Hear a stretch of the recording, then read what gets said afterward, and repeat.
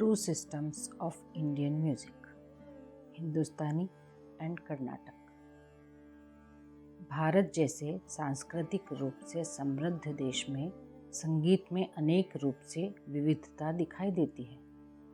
शास्त्रीय संगीत की 3 से 4 प्रकार की पद्धतियाँ कुछ विशेष प्रांतों में चलती हैं, जैसे मणिपुर में ताल की पद्धति, ओडिशा में उड़ीसी संगीत, दक्षिण भारत में कर्नाटक संगीत। परंतु मुख्य रूप से 2 संगीत प्रणालियाँ प्रसिद्ध हैं। एक है कर्नाटक संगीत प्रणाली और दूसरी है हिंदुस्तानी संगीत प्रणाली। कर्नाटक संगीत पद्धति को ही दक्षिणी संगीत पद्धति भी कहते हैं। यह 4 प्रांतों में प्रचार में है: कर्नाटक, आंध्र प्रदेश, तमिलनाडु और केरल। हिंदुस्तानी संगीत प्रणाली को ही उत्तरी संगीत प्रणाली भी कहते हैं। गुजरात, महाराष्ट्र से लेकर बंगाल, बिहार तक, मध्य प्रदेश से लेकर पंजाब, कश्मीर तक तथा भारत के बाहर बांग्लादेश, नेपाल, पाकिस्तान तथा अफगानिस्तान तक प्रचार में है। वास्तव में इन दोनों संगीत पद्धतियों के मूल सिद्धांतों में विशेष अंतर नहीं है। ऐसा मान सकते हैं कि दोनों पद्धति एक वृक्ष की 2 शाखाएं हैं, जिनके मूल एक ही हैं। दोनों पद्धतियों में जो समानता और विभिन्नता है वह इस प्रकार है। पहले हम देखेंगे समानता। दोनों पद्धतियों में आचार्य भरत को ही आदि आचार्य माना जाता है और भरत कृत नाट्य शास्त्र को आदि ग्रंथ माना जाता है। दोनों पद्धतियों में राग गायन और ताल पद्धति चल रही है। दोनों पद्धतियों में शुद्ध स्वर के नामों में कुछ खास अंतर नहीं है। दोनों पद्धतियों में एक सप्तक में शुद्ध विकृत मिलकर कुल 12 स्वर स्थान माने जाते हैं। दोनों पद्धतियों में इन्हीं 12 स्वर स्थान से मेल या थाट बनाकर उसमें राग वर्गीकरण किया जाता है। दोनों पद्धतियों में आलाप, सरगम, तान से राग का विस्तार किया जाता है। दोनों पद्धतियों का शिक्षण अत्यधिक समय, समर्पण और साधना की आवश्यकता को दर्शाता है। दोनों पद्धति एक दूसरे के सुंदर रागों को अपना लेती हैं। उदाहरण के लिए उत्तरी संगीत पद्धति के राग बिहाग, बागेश्री, जयजयवंती इन्हीं नामों से दक्षिण पद्धति में गाए बजाए जाते हैं। दक्षिण पद्धति के राग आभोगी, कलावती, हंसध्वनि, किरवानी इन्हीं नामों से हिंदुस्तानी संगीत पद्धति में गाए बजाए जाते हैं। ये हुई कुछ 8 हमारी समानताएं। अभी हम विभिन्नताओं के ऊपर दृष्टि डालेंगे। विभिन्नताएं कुछ इस प्रकार हैं। उत्तर संगीत पद्धति में और दक्षिण संगीत पद्धति में स्वर स्थान 12 ही माने गए हैं, लेकिन दोनों के स्वर तथा नामों में अंतर है। उत्तर संगीत पद्धति में कुल 10 थाट स्वीकृत हैं, जबकि दक्षिण पद्धति में 72 थाट माने गए, परंतु 19 थाट प्रचार में हैं।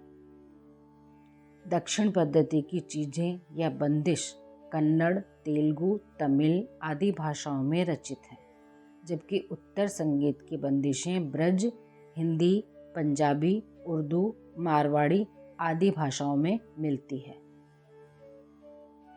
दोनों पद्धतियों में ताल भिन्न होते हैं। दोनों पद्धतियों में स्वराच्चारण एवं आवाज़ लगाने की पद्धति भिन्न है। दोनों पद्धतियों में अपने अपने स्वतंत्र राग हैं। कोई राग ही दोनों पद्धतियों में समान स्वरूप में हैं, जैसे कि दक्षिणी हिंडोल, उत्तरी मालकंस, दक्षिणी कल्याण, उत्तरी यमन जैसा। दक्षिणी मोहनम उत्तरी भूपाली जैसा है।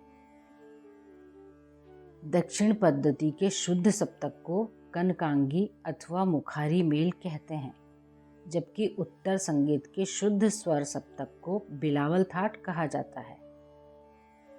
उत्तरी पद्धति में गायन की संगत सारंगी अथवा हारमोनियम से की जाती है, जबकि दक्षिण पद्धति में गायन की संगत वायलिन पर की जाती है। उत्तरी पद्धति में गायन वादन के साथ तबला संगत होती है, जबकि दक्षिण पद्धति में गायन वादन के साथ मृदंगम की संगत होती है। दक्षिणी पद्धति के कार्यक्रमों में संगतकर्ता वायलिन वादक तथा मृदंगम वादक को अपनी कुशलता बताने के लिए अलग से समय दिया जाता है, जबकि उत्तरी पद्धति के कार्यक्रमों में सारंगी या हारमोनियम वादक या तबला वादक को गायन वादन के दरमियान कुछ आवर्तन मुख्य कलाकार की रुचि के अनुसार बजाने दिया जाता है। अब हम देखेंगे उत्तरी तथा दक्षिण स्वरों की तुलना।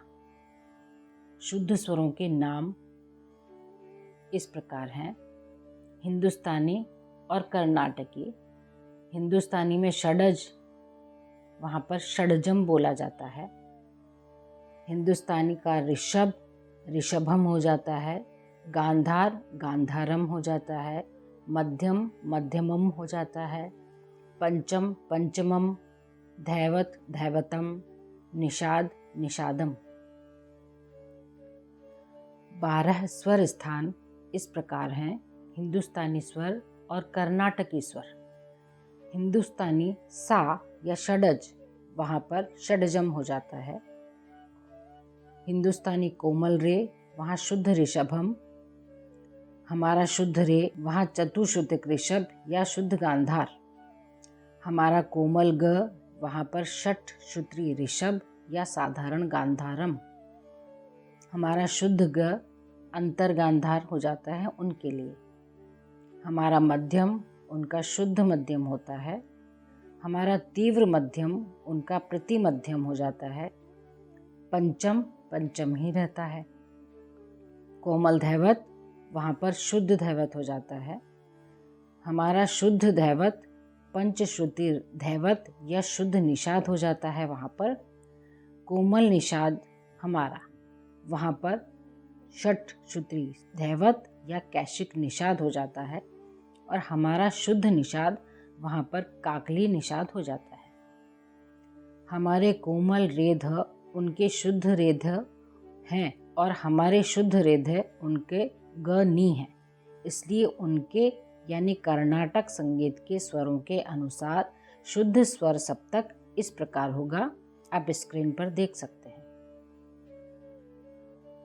कर्नाटक संगीत में सा रे ग म प ध नी जो होते हैं, हिंदुस्तानी संगीत में वो सा, कोमल रे, शुद्ध रे, म, प, ध, कोमल और शुद्ध ध इस प्रकार हो जाते हैं।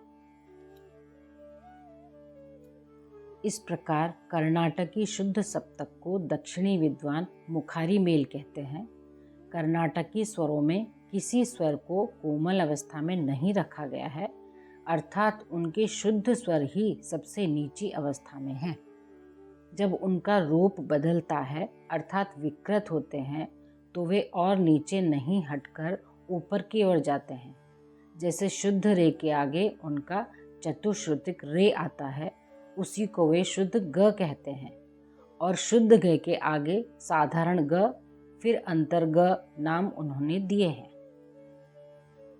कर्नाटक संगीत में शुद्ध मेल मुखारी मेल है, जो इस प्रकार है: सा, कोमल रे, रे, म, प, कोमल ध, शुद्ध ध और सा। और कर्नाटक संगीत में शिक्षण माया मालव गौड़ यानी कि भैरव राग, जो हमारा हिंदुस्तानी राग कहा जाता है, से शुरू किया जाता है। जैसे हम हिंदुस्तानी संगीत परंपरा में शुद्ध स्वरों के राग भोपाली से गायन वादन की शिक्षा शुरू करते हैं ना, वैसे ही